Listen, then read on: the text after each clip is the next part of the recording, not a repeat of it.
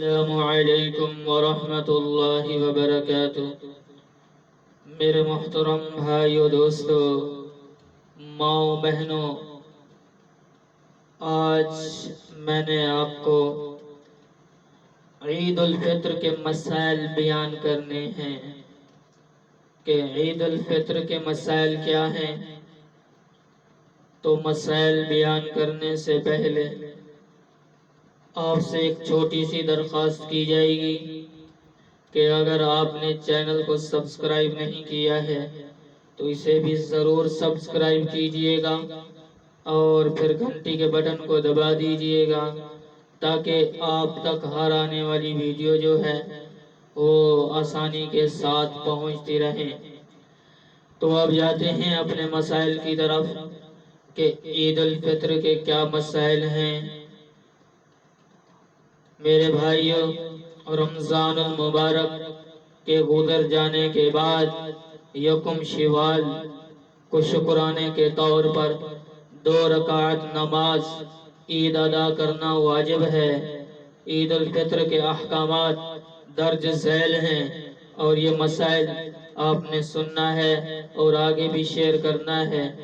عید کے دن غسل کیا جائے، مسواک کی جائے، عمدہ کپڑے جو میسر ہوں پہن کر خوشبو لگائی جائے، بالوں میں کنگھی کر کے تیل لگایا جائے، صبح سویرے اٹھ کر عیدگاہ جلدی پہنچنے کی کوشش کی جائے اور نماز عید کے لیے عیدگاہ جانے سے پہلے کوئی میٹھی چیز کھا لی جائے۔ عیدگاہ جانے سے پہلے صدقہ فطر ادا کر دیا جائے۔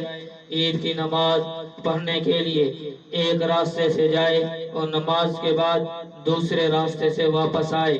عیدگاہ اگر ممکن ہو تو پیدل چل کر جائے۔ راستے میں یہ تکبیریں آہستہ آہستہ پڑھے کہ اللہ اکبر، اللہ اکبر، لا الہ الا اللہ، واللہ اکبر، اللہ اکبر، وللہ الحمد۔ نماز عید سے پہلے کسی جگہ نفلیں پڑھنا مکروہ ہے، البتہ عید کی نماز کے بعد گھر آ کر نوافل پڑھے جا سکتے ہیں، تاہم عیدگاہ میں نماز کے بعد بھی نوافل پڑھنا مکروہ ہے۔ نماز عید بغیر اذان اور اقامت کے ادا کی جائے گی۔ عیدین کے خطبوں کی ابتدا تکبیر سے کرنا مستحب ہے۔ ہاں، پہلے خطبہ میں 9 مرتبہ اور دوسرے خطبہ میں 7 مرتبہ تکبیر پڑھی جائے گی۔ عید کے دونوں خطبوں کے درمیان امام کے لیے تھوڑی دیر بیٹھنا مسنون ہے۔ عید کے دن عورتوں، مریضوں اور مسافروں کے لیے بھی نماز عید سے پہلے نوافل پڑھنا مکروہ ہے۔ عید کی نماز عیدگاہ میں ادا کرنا مسنون ہے، البتہ معذوروں کے لیے مساجد میں نماز عید ادا کرنا جائز ہے۔ نماز عید کے لیے جماعت شرط ہے، لہذا اگر کسی وجہ سے کوئی شخص نماز عید کی جماعت میں شریک نہیں ہو سکا تو تنہا نماز عید ادا نہیں کر سکتا۔ اسی طرح اگر کسی کی نماز عید کی وجہ سے فاسد ہو گئی تو اس کی قضا واجب نہیں ہے۔ اگر کسی شرعی عذر کی وجہ سے نماز عید پہلے دن نہ پڑھی جا سکے تو دوسرے دن نماز عید پڑھ سکتے ہیں۔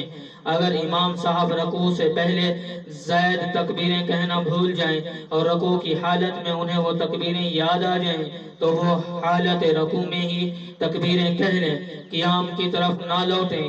تاہم اگر غلطی سے امام صاحب کھڑے ہو گئے اور کھڑے ہو کر انہوں نے یہ زائد تکبیریں کہیں تو یہ صورت بھی جائز ہے، نماز فاسد نہیں ہوگی۔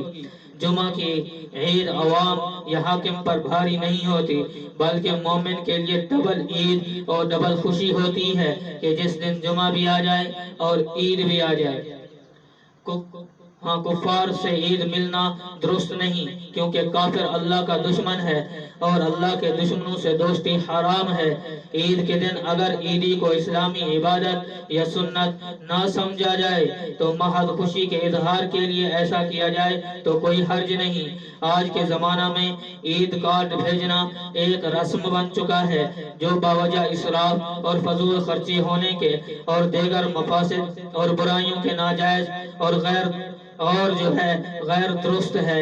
عید کے دن اگر کوئی مصافحہ اور معانقہ کی خاص عید کی سنت یا عید کی وجہ سے لازم اور ضروری نہ سمجھے اور پھر عید کے دن اتفاقاً وہ بوقت ملاقات سلام کر کے مصافحہ کر لے تو کوئی مضائقہ نہیں ہے۔ جو عزیز رشتہ دار یا دوست عید کے دن سفر سے آئے اور سفر سے آنے کی بنا پر اس سے گلے ملے تو بھی نہ صرف جائز بلکہ سنت ہے، لیکن عید کے دن مصافحہ اور معانقہ کو عید کی سنت سمجھنا یا واجب جاننا اور خاص عید کی وجہ سے اس کا اہتمام کرنا جیسے کہ آج عام تر جو ہے رواج بن چکا ہے، تو ایسا مصافحہ اور معانقہ بلا شبہ ناجائز ہے اور اس کو ترک کرنا چاہیے، کیونکہ دلیل شرعی سے اس کا ثبوت نہیں ہے۔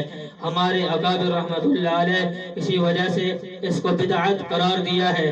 اگر امام تکبیر سے فارغ ہو چکا ہو، خواہ قرات شروع کی ہو یا نہ کی ہو، بعد میں آنے والا مقتدی تکبیر تحریمہ کے بعد زائد تکبیریں بھی کہہ لے، اور اگر امام رکوع میں جا چکا ہے اور یہ گمان ہو کہ تکبیرات کہہ کر امام کے ساتھ رکوع میں شامل ہو جائے گا تو تکبیر تحریمہ کے بعد کھڑے ہو کر 3 تکبیریں کہہ کر رکوع میں جائے، اور اگر یہ خیال ہو کہ اتنے عرصہ میں امام رکوع سے اٹھ جائے گا تو تکبیر تحریمہ کہہ کر رکوع میں چلا جائے اور رکوع میں رکوع کی تسبیحات کی بجائے تکبیرات کہہ لے ہاتھ اٹھائے بغیر، اور اگر اس کی تکبیریں پوری نہیں ہوئی تھی، امام جو ہے وہ رکوع سے اٹھ گیا تو تکبیریں چھوڑ دے، امام کی پیروی کرے، اور اگر رکعت نکل گئی تو جب امام سلام پھیرنے کے بعد